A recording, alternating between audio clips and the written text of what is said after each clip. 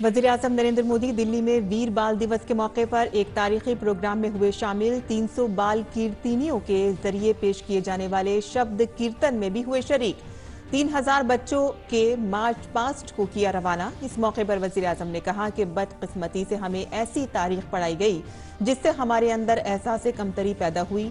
वज़ीर-ए-आज़म मोदी ने अहले वतन से माजी की तंग नजरी से आजाद होने की अपील की।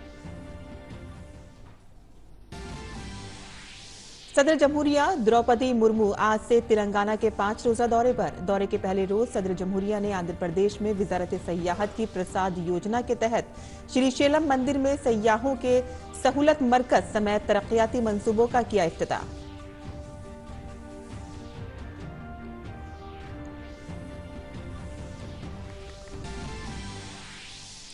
शुमाली भारत की रियासतों में सर्द लहर का कहर जारी। चूरू में दर्जे हरारत 0 डिग्री किया गया दर्ज। माउंट आबू में गाड़ियों पर जमी बर्फ की तह। दिल्ली पंजाब समेत कई रियासतों में भी दर्जे हरारत में आई कमी। भारत और जुनूब मशरकी एशिया में सरमायाकारी को दुनिया के अरबपति दे रहे हैं तरजीह। यूबीएस अरबपति एम्बिशंस रिपोर्ट 2022 के मुताबिक एक सर्वे में 58% अरबपति सरमायाकारों ने भारत जुनूब मशरकी एशिया में सरमायाकारी के पसंदीदा बाजार के तौर पर किया मुंतखब। पुष्प कमल दहल ने आज नेपाल के वजीर-ए-आज़म के तौर पर तीसरी मर्तबा उठाया हल्फ। सदर विद्या देवी भंडारी ने ओहदे और राजदारी का दिलाया हल्फ। वजीर-ए-आज़म नरेंद्र मोदी ने दी मुबारकबाद।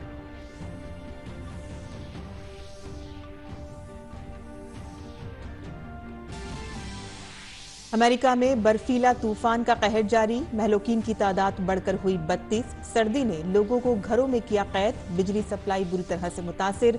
घरेलू और बैनुल-अक़वामी परवाजें भी मुतासिर।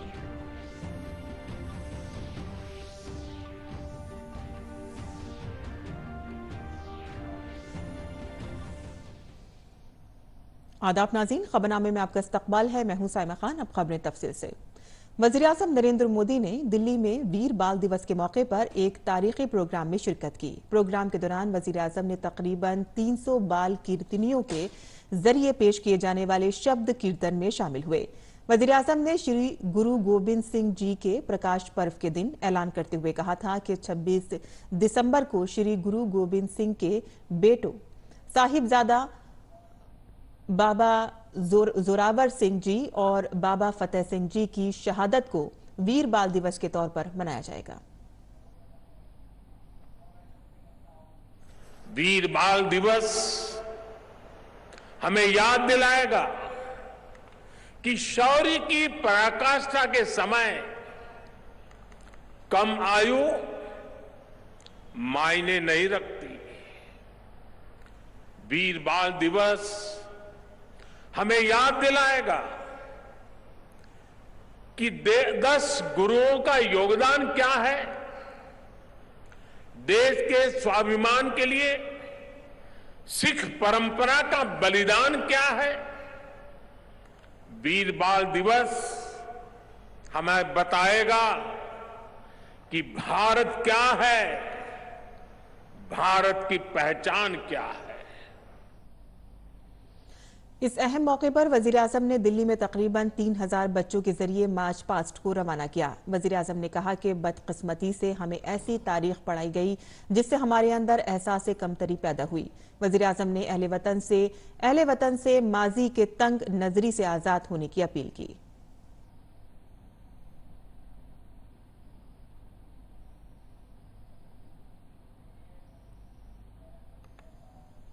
दुर्भाग्य से हमें इतिहास के नाम पर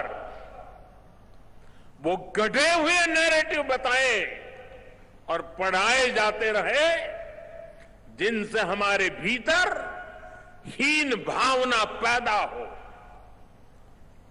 बावजूद इसके हमारे समाज ने, हमारी परंपराओं ने इन गौरव गाथाओं को जीवंत रखा। साथियों, अगर हमें भारत को भविष्य में सफलता के शिखरों तक ले जाना है तो हमें अतीत के संकुचित नजरियों से भी आजाद होना पड़ेगा। इससे कबल वजीर-ए-आजम नरेंद्र मोदी ने वीर बाल दिवस पर ट्वीट करके साहिबजादों को सलाम किया। वजीर-ए-आजम ने कहा कि वीर बाल दिवस पर हम साहिबजादों और मां गुजरी जी की हिम्मत को याद करते हैं। हम श्री गुरु गोविंद जी सिंह की हिम्मत को भी याद करते हैं। आज दोपहर 12:30 बजे इस तहरीक देने वाले दिन को निशान-ए-जद करने के लिए एक प्रोग्राम में शिरकत करूंगा। मरकजी वजीर मीनाक्षी लेखी ने नई दिल्ली के तालकटोरा स्टेडियम में exam warrior painting competition programme में हिस्सा लिया। इस मौके पर उन्होंने स्कूल के बच्चों की पेंटिंग्स का भी जायजा लिया। मीनाक्षी लेखी ने कहा कि आज का दिन एक अहम दिन है क्योंकि आज वीर बाल दिवस भी है। ये उन बच्चों की कहानी है जिन्होंने मुल्क और मजहब की खातिर खुद को जिंदा चुनवा दिया था।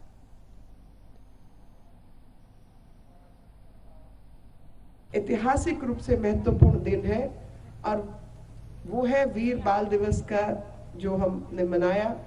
वीर बाल दिवस उन दो बच्चों की कहानी है, जोरावर सिंह और फतेह सिंह, जिन दोनों ने देश की रक्षा के लिए, धर्म की रक्षा के लिए अपने आप को दीवार में चिनवा दिया। लेकिन जो क्रूर शासक थे उसके आगे घुटने नहीं टेके। जो इस देश पर आक्रमण करने वाले लोग थे उनके आगे उन्होंने अपनी हिम्मत नहीं खोई। तो वीर योद्धा सिर्फ वो योद्धा नहीं हो सकते जो बड़ी उम्र के हैं। योद्धा का जो भाव है वो छोटे बच्चों के मन में भी होता है, जो सही चीज के लिए, देश की रक्षा के लिए और हर ऐसी अच्छाई के लिए अपना सर्वस्व न्योछावर किया। तो वीर बाल दिवस पर उनको भी हम लोग याद करते हैं। मरकजी वजीर नितिन गडकरी ने वीर बाल दिवस के मौके पर साहिबजादे जोरावर सिंह जी और साहिबजादे फतेह सिंह जी को सलाम किया। नितिन गडकरी ने एक ट्वीट में कहा कि श्री गुरु गोविंद सिंह जी के छोटे साहिबजादे जोरावर सिंह जी और साहिबजादे फतेह सिंह जी को उनके यौम शहादत पर खराज अकीदत। सदर जमहूरिया द्रौपदी मुर्मू तेलंगाना के 5 रोजा दौरे पर आज तेलंगाना के श्रीशैलम पहुंची। तेलंगाना की गवर्नर तमिलसाई सौदाराजन, आंध्र प्रदेश के वजीर खजाना बुगना राजेंद्र और दीगर अफसरों ने सदर जमहूरिया का इस्तकबाल किया। बाद में सदर जमहूरिया ने श्रीशैलम मंदिर का दौरा किया और वहां पूजा अर्चना की। ये मंदिर जुनूब में भगवान शिव का बहुत मशहूर मंदिर है और इसे जुनूबी भारत का काशी माना जाता है। मंदिर के एहलकारों ने सदर जमहूरिया का शानदार इस्तकबाल किया। सदर जमहूरिया द्रौपदी मुर्मू ने भगवान मल्लिकार्जुन स्वामी की खुसूसी पूजा की। इसके बाद सदर जमहूरिया ने प्रसाद योजना के तहत टूरिज्म फैसिलिटेशन सेंटर का इफ्तिताह किया। सदर जमहूरिया ने श्रीशैलम मंदिर में मरकजी वजारत सयाहत की प्रसाद योजना के तहत तरक्याती मंसूबों का इफ्तिताह किया। सदर जमहूरिया श्रीशैलम में श्री शिव जी स्फूर्ति केंद्रम भी पहुंची। इसके अलावा सदर जमहूरिया हैदराबाद में केशवर मेमोरियल एजुकेशन सोसाइटी के तलबा और असातिज़ा को खिताब करेंगी। वो सरदार वल्लभ भाई पटेल नेशनल पुलिस अकादमी भी जाएंगी, जहां वो भारतीय पुलिस सर्विस के जेर तरबियत अफसरों से खिताब करेंगी।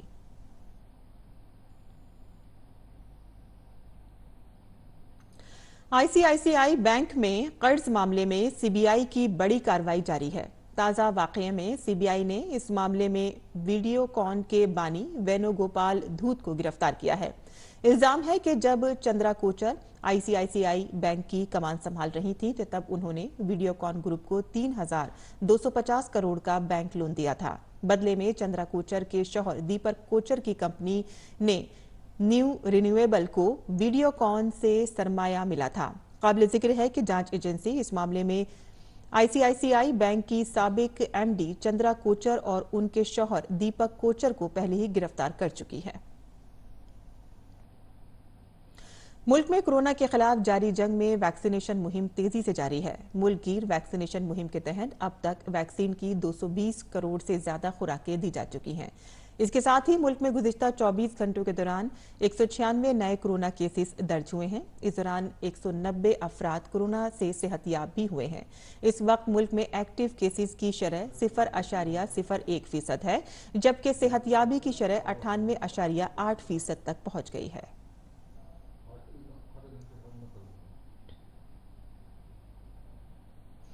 उत्तर प्रदेश के आगरा शहर में चीन से वापस आने वाला एक शख्स कोरोना मुतासिर पाया गया। आगरा के शाहगंज के रहने वाले इस शख्स का नमूना जीनोम सीक्वेंसिंग के जरिए भेज दिया गया है, जिससे वेरिएंट का इल्म हो सकेगा। इससे कबल मरकजी वजीर सेहत मनसुख मांडविया ने रियासती हुकूमतों को हुक्म दिया था कि अगर बैरून मुल्क से आने वाले लोग कोरोना पॉजिटिव पाए जाते हैं तो उनके नमूने जीनोम सीक्वेंसिंग के लिए भेजे जाएं। इस वक्त मुल्क में 3,451 एक्टिव केसेस हैं और सबसे ज्यादा एक्टिव केसेस केरल और कर्नाटक में हैं। महाराष्ट्र तीसरे नंबर पर है, यहां 136 एक्टिव केसेस हैं। सरकारी अदद-शुमार के मुताबिक केरल में 1,410 इन्फेक्शन के मामले हैं, जबकि कर्नाटक में 1,241 एक्टिव केसेस हैं। इसके अलावा मुल्क में 10 ऐसी रियासतें हैं जहां फिलहाल एक भी एक्टिव केस नहीं है। इनमें अंडमान निकोबार, अरुणाचल प्रदेश, आसाम, झारखंड, दादर और नागर, लक्षद्वीप, मणिपुर, मेघालय, मिजोरम और त्रिपुरा शामिल हैं। मुल्क में दर्ज होने वाले नए केसेस की तादाद इस वक्त अगरचे कम है, लेकिन हुकूमत एक्शन मोड में है। मरकजी वजारत सेहत और रियासती हुकूमतें इकदाम कर रही हैं ताकि मुल्क में चीन जैसी सूरत हाल पैदा न हो। इतवार को मुल्क के दारुल हुकूमत दिल्ली के हवाई अड्डे पर 500 से ज्यादा मुसाफिरों की रैंडम टेस्टिंग हुई। इसके साथ ही मरकज की तरफ से जारी करदा रहनुमा खतूत में रियासती हुकूमतों से कहा गया है कि वो हर जिले में कोरोना कवानीन के तहत RT-PCR समेत एंटीजन टेस्ट को बढ़ा दें। गाइडलाइन में यह भी कहा गया है कि ज्यादा से ज्यादा नमूनों की जीनोम सीक्वेंसिंग कराने की हिदायत दी गई है ताकि नए वेरिएंट का बरवक्त पता लगाया जा सके। मरकजी वज़ीर सेहत मनसुख मांडविया ने रियासतों के वज़राए सेहत के साथ कोरोना मैनेजमेंट और वैक्सीनेशन की पेशरफ्त के बारे में भी अपनी जायजा मीटिंग में 23 दिसंबर को कहा था कि सेहत की सहूलत पर मबनी निजाम के साथ साथ सांस के वायरस से मुतालिक निगरानी पर भी तवज्जो दी जानी चाहिए। इनफरादी रियासतों में सीवेज और गंदे पानी की निगरानी पर भी जोर दिया जाना चाहिए, क्योंकि इंसान अपने फुजले से भी वायरस फैला सकता है। बिहार के गया में तिब्बत के रूहानी पेशवा दलाई लामा के प्रोग्राम में शिरकत के लिए आने वाले 4 गैर मुल्की कोरोना पॉजिटिव पाए गए हैं, जिसके बाद चारों गैर मुल्कियों को बोध गया के एक होटल में क्वारंटीन कर दिया गया है। गया के civil surgeon doctor Ranjan Kumar Singh ने कहा कि गया बैनुल-अक़वामी हवाई अड्डे पर आने वाले मुसाफिरों की रैंडम कोरोना स्क्रीनिंग की जा रही है। इसी सिलसिले में बैरून मुल्क से आने वाले 4 गैर मुल्कियों की जांच रिपोर्ट कोरोना पॉजिटिव आई है। मुतासरीन में से 1 का ताल्लुक म्यांमार से है और 3 का ताल्लुक बैंकॉक से है, जिन्हें बोध गया के एक होटल में क्वारंटीन कर दिया गया है, जहां उनका कयाम था। चारों के हालत अब नॉर्मल है और उनका इलाज किया जा रहा है। जांच जो गाइडलाइन के हिसाब से हो रहा है एयरपोर्ट पर, उसी में कुछ पॉजिटिव मिले हैं 4, और 4 भी हेल्दी हैं, कुछ सिम्टम नहीं है, कुछ नहीं है, सब ठीक हैं। उत्तर प्रदेश के नायब वजीर आला ब्रिजेश पाठक ने रियासत में कोरोना के हालात को काबू में करने के लिए एक जायजा मीटिंग में अहम फैसला किया। उन्होंने कहा कि हम सब भीड़ भाड़ वाले इलाकों में लोगों को मास्क के साथ जाने की सलाह दे रहे हैं और साथ ही अस्पताल के अहाते में हम मास्क लाजमी करने जा रहे हैं। ऐसे विदेश यात्री से अपील करते हैं कि आएं तो अपनी टेस्टिंग अवश्य कराएं, कोविड को फैलने न दें, और जीनोम टेस्टिंग हम कराएंगे। अगर पॉजिटिव आए और निगेटिव आए तो थोड़े दिन हम आइसोलेशन में रहने के बाद उनको सार्वजनिक स्थल पर जाने के लिए कहेंगे। सभी भीड़ भाड़ वाले इलाकों में लोगों को मास्क के साथ जाने की सलाह दे रहे हैं। अभी हमने पाबंदी नहीं लगाई है, लेकिन अस्पताल परिसर में बगैर मास्क के न जाएं, यह हम मैंडेटरी करने जा रहे हैं। शुमाली भारत शदीद सर्द लहर की जद में है। दर्जे हरारत में कमी आने के साथ ही शुमाली भारत में ठंड तेजी से बढ़ रही है। वहीं दूसरी तरफ कोहरे की वजह से धुंध में मजीद इजाफा जारी है। पहाड़ी इलाकों में दर्जे हरारत काफी गिर गया है, जिसके असरात दिल्ली में भी देखने को मिल रहे हैं। महकमे मौसमियात ने ठंड के बढ़ते असरात के पेश नजर कई रियासतों में ऑरेंज अलर्ट जारी किया है। महकमे मौसमियात के मुताबिक गुज़िश्ता 24 घंटों के दौरान पंजाब, हरियाणा, चंडीगढ़, शुमाल मगरबी राजस्थान, उत्तराखंड, मशरकी और मगरबी उत्तर प्रदेश और उड़ीसा में ठंड में इजाफे का इम्कान है। महकमे मौसमियात ने कहा है कि इन रियासतों में घने से बहुत ज्यादा घना कोहरा भी छाया रहेगा।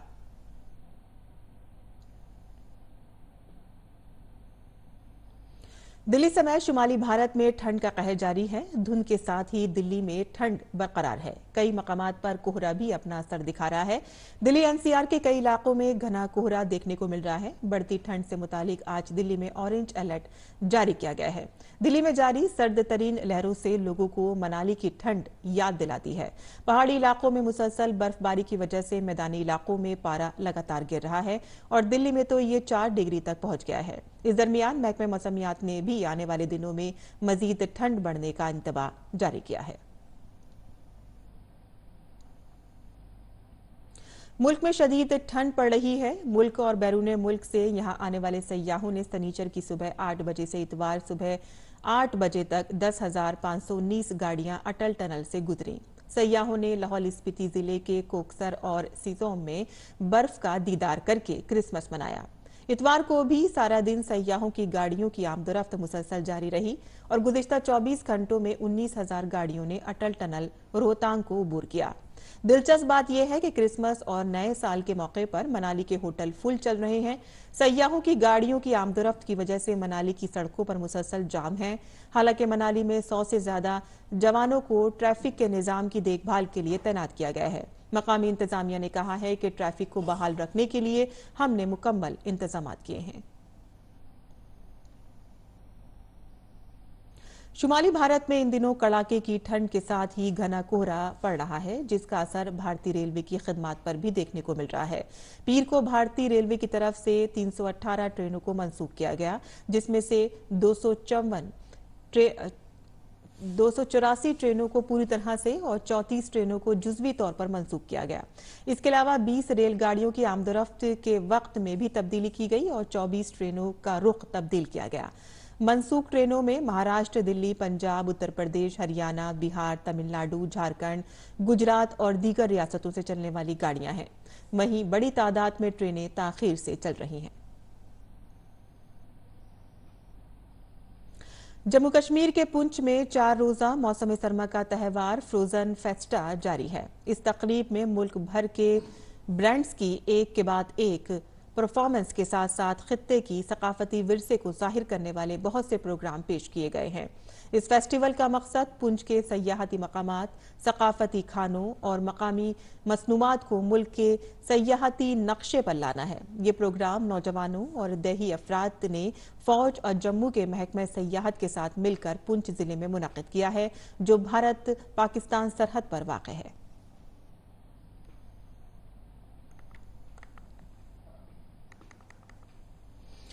आलमी सेहत पर AVGC सेक्टर बहुत तेजी से तरक्की कर रहा है। तकरीबन $350 बिलियन की इस सनत में भारत में तकरीबन 16 से 17% की तरक्की हो रही है। हुकूमत ने इस शोबे के लिए एक टास्क फोर्स तश्कील दी है। टास्क फोर्स ने अपनी रिपोर्ट इत्तलात और नशरियात के वजीर अनुराग सिंह ठाकुर को सौंप दी है। IT की तरह इस शोबे में भी लामहदूद इम्कानात हैं और अगले 10 सालों में 20 लाख नए रोजगार के मौके पैदा हो सकते हैं। जो AVGC सेक्टर अर्थात एनिमेशन, विजुअल इफेक्ट, गेमिंग और कॉमिक, ये जो सेक्टर है भारत का बहुत बड़ा सनराइज सेक्टर है और हमारी अपेक्षा है कि जैसा 25 वर्ष पहले IT सेक्टर के अंदर जिस तरह से ग्रोथ हुआ और आज पूरा विश्व भारत के IT सेक्टर को जानता है, उसी तरह का पोटेंशियल AVGC सेक्टर में है ग्रोथ का। हमारी अपेक्षा है कि जो आज AVGC सेक्टर है इसमें लगभग 1,85,000 लोग कार्यरत हैं, तो अगले एक दशक में 20 लाख से अधिक नए जॉब्स के अवसर इसमें हम क्रिएट कर पाएंगे जैसे जैसे हम AVGC को बढ़ावा देंगे। बजट में टास्क फोर्स तश्कील दिए जाने का ऐलान किया गया है। टास्क फोर्स ने अपनी रिपोर्ट में AVGC मिशन के कयाम की सिफारिश की है। रिपोर्ट में कहा गया है कि इस शोबे में इंसानी वसाइल की तैयारी के लिए हर सतह पर स्किल कोर्सेज शुरू किए जाएंगे। AVGC जो ये सेक्टर है ये एक क्रॉस कटिंग सेक्टर है, क्रिएटिव आर्ट्स का और साइंस का, और इसमें जो बच्चा है उसको जो है दोनों का ही ज्ञान होना आवश्यक है। तो इसके लिए नए कोर्सेज क्रिएट करना आवश्यक होगा और इसमें रिकमेंडेशन इसमें टास्क फोर्स पे ये है कि जो कॉलेज लेवल के ऊपर कुछ नए डिपार्टमेंट बनाए जाएं, जैसे department of creative arts and sciences, और उसमें नए कोर्सेज शुरू किए जाएं जो कि यूजीसी से मान्यता प्राप्त हो, और स्कूल के स्तर के ऊपर भी स्किलिंग के अंदर और स्किल डिपार्टमेंट का सहायता लेते हुए और स्कूल एजुकेशन डिपार्टमेंट की सहायता लेते हुए बच्चों को अवगत कराया जाए कि यूजीसी सेक्टर क्या है और किस तरह से इसमें जॉब अपॉर्चुनिटीज हैं, और वहां पर भी कंप्यूटर्स का और क्रिएटिव जो बच्चे हैं उनका इसमें सहभाग किया जाए। मध्य प्रदेश के वजीर आला शिवराज सिंह चौहान ने कहा कि आज उनकी वजीर आजम से मुलाकात हुई और कई उमूर पर बातचीत हुई। उन्होंने ये भी कहा कि मध्य प्रदेश में 8, 9 और 10 जनवरी को प्रवासी भारतीय प्रोग्राम मुनक्किद किया जाएगा, जिसमें वजीर आजम शिरकत करेंगे। इसके अलावा 11 और 12 जनवरी को ग्लोबल इन्वेस्टर समिट का भी इनेकाद किया जाएगा, जिसका इफ्तिताह वजीर आजम करेंगे। मध्य प्रदेश में 8, 9 और 10 जनवरी को प्रवासी भारतीय सम्मेलन होने वाला है। प्रवासी भारतीय दिवस, उसके उपलक्ष्य में 3 दिन कार्यक्रम, और दुनिया भर से 80 से ज्यादा देशों से प्रवासी भारतीय मध्य प्रदेश पधार रहे हैं। मध्य प्रदेश की परंपराओं के अनुकूल उनके स्वागत की व्यवस्था की जा रही है और अनेकों प्रकार के कार्यक्रमों की रचना हमने की है। मुझे बताते हुए प्रसन्नता है कि माननीय प्रधानमंत्री जी प्रवासी भारतीय सम्मेलन का उद्घाटन करने इंदौर पधारेंगे। भारत जल्द ही सरमायाकारी का बड़ा मरकज बन सकता है। दुनिया भर के अमीर लोग अपनी ज्यादा से ज्यादा रकम भारत और जुनूब मशरक़ी एशिया में लगाना चाहते हैं, क्योंकि यहाँ की मईशत मजबूत और उनके लिए साजगार है। ये इंकशाफ UBS बिलियनियर एम्बिशंस रिपोर्ट 2022 में किया गया है। स्विस बैंक की ये 8वीं रिपोर्ट है, जिसमें अरबपति अफराद को शामिल किया गया है। इसमें मुनाफा कमाई के तरीके और कारोबार से मुतालिक बहुत से मसाइल पर खास तवज्जो दी गई है। ये रिपोर्ट 75 मार्केटों में 2500 अरबपतियों के सर्वे पर मबनी है। सर्वे के दौरान 58% अरबपतियों ने भारत और जुनूब मशरक़ी एशिया को सरमायाकारी के लिए अपनी मंडी के तौर पर मुंतखब किया है। सिर्फ 42% ने चीन का इंतखाब किया है, जो दुनिया की दूसरी बड़ी मईशत है। सिर्फ सरमायाकारी में ही नहीं, बल्कि चीन में अरबपतियों की रैंक में भी 1 साल पहले के मुकाबले में कमी देखी गई है। बाकी दुनिया के मुकाबले भारत में अरबपतियों की आबादी में इजाफा हुआ है, क्योंकि ये मुल्क 2022 में बरतानिया को पीछे छोड़कर 5वें बड़ी मईशत बन गया है। काबिल जिक्र है कि अपनी मेहनत से भारत ने चीन को भी पीछे छोड़ दिया है। इस वक्त भारतीय अरबपतियों की तादाद गुज़िश्ता साल 140 से बढ़कर 166 हो गई है और उनकी मजमूई मालियत में भी इजाफा हुआ है।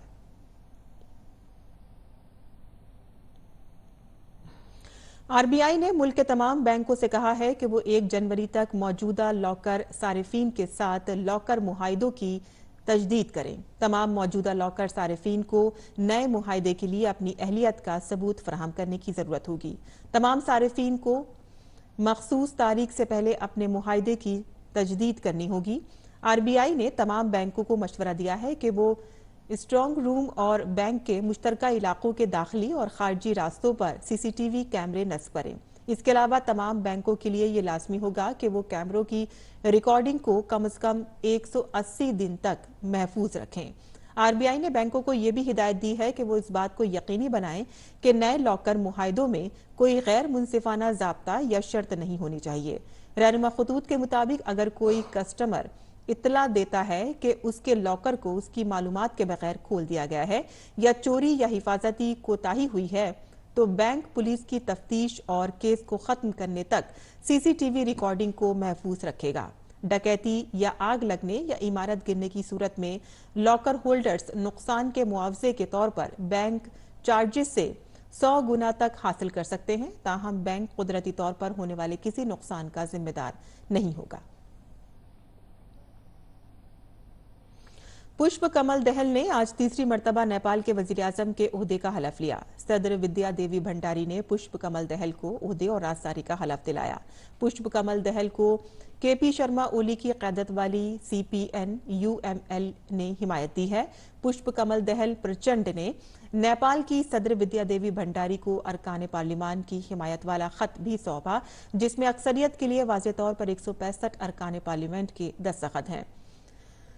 दहल के पास CPN-UML के 78, उनकी अपनी माओवादी सेंटर पार्टी के 32 और राष्ट्रीय स्वतंत्र पार्टी के 20, राष्ट्रीय प्रजातंत्र पार्टी के 14, जनता समाजवादी पार्टी के 12 और जनमत के 6 अरकान पार्लियामेंट समेत 169 अरकान की हिमायत है।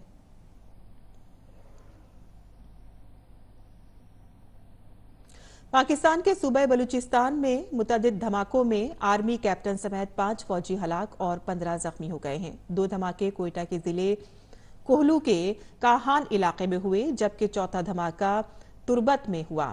फौज में बयान में कहा गया है कि खुफिया इत्तलात पर की गई कार्रवाई के दौरान जिला कोहलू के इलाके काहान में अगली चौकी के करीब बम धमाका हुआ। मकामी मीडिया ने बताया है कि कोटे की सरहद से मुत्तसिल कस्बे में एक पुलिस चौकी पर दस्ती बम फेंका गया, जिससे वहां तैनात 3 फौजी जख्मी हो गए। इससे कबल कोयटे के सब्जाल रोड पर शहीद अमीर दस्ती थाने के सामने एक देसी बम धमाका हुआ। कोयटा पुलिस के मुताबिक सड़क पर 2 देसी बम फेंके गए, जिनमें से एक फट गया जबकि दूसरे को नाकारा बना दिया गया। वहां के सदर पुलिस स्टेशन के अहाते में एक और दस्ती बम फटा। अमेरिका में बर्फानी तूफान तबाही मचा रहा है, जिसकी वजह से अब तक 25 से ज्यादा अफराद हलाक हो चुके हैं। खून जमा देने वाली सर्दी ने लोगों को घरों में कैद कर रखा है। बिजली की फराहमी मुतासिर हुई है। 20 लाख घरों में लोग अंधेरे में रहने पर मजबूर हैं। बर्फबारी के बाइस सड़कें बंद हो गई हैं। कई मकामात पर लोग अपनी गाड़ियों में फंसे हुए हैं। गाड़ियों पर बर्फ की मोटी चादरें बिछ गई हैं। न्यूयॉर्क की गवर्नर ने कहा है कि वो इस बहरान के बारे में व्हाइट हाउस से राब्ता करेंगी। बाइडेन इंतजामिया कौमी आफात के ऐलान की रियासत की दरख्वास्त मंजूर कर सकती है और 43 इंच बर्फबारी रिकॉर्ड की गई है यहाँ पर। इसके अलावा मुल्क में कई मुल्की और बैनुल अक़वामी परवाजों को मंसूख करना पड़ा है। इसके साथ ही रेल और सड़क की आमदोरफ्त भी बुरी तरह से मुतासिर हुई है। ये तूफान एक वसी इलाके में फैला हुआ है। अमेरिका की 60% आबादी को शदीद सर्दी का सामना है। नेशनल वेदर सर्विस के मुताबिक रॉकी माउंटेन रेंज के मशरिक से अपालाचियानस तक की कई जगहों पर दर्जे हरारत 0 के नीचे गिर गया है।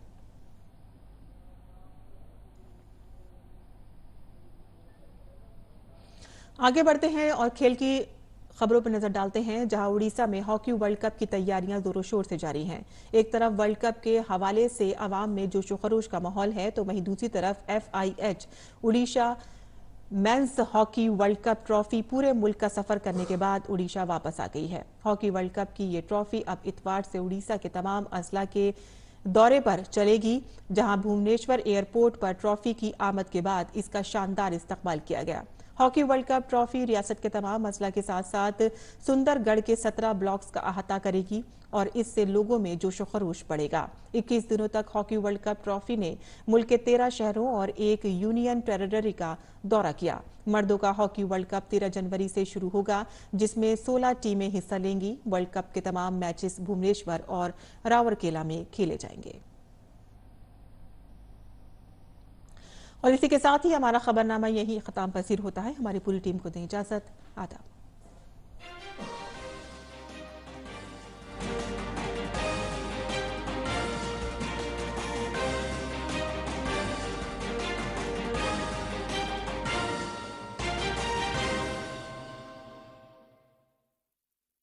दीवान बनने के लिए कोई योग्य है तो वो विलितंबी है। कोच्चि चलकर कर्नल मकौले से मिलते हैं, देखते हैं कि ईस्ट इंडिया कंपनी ने कौन सा नया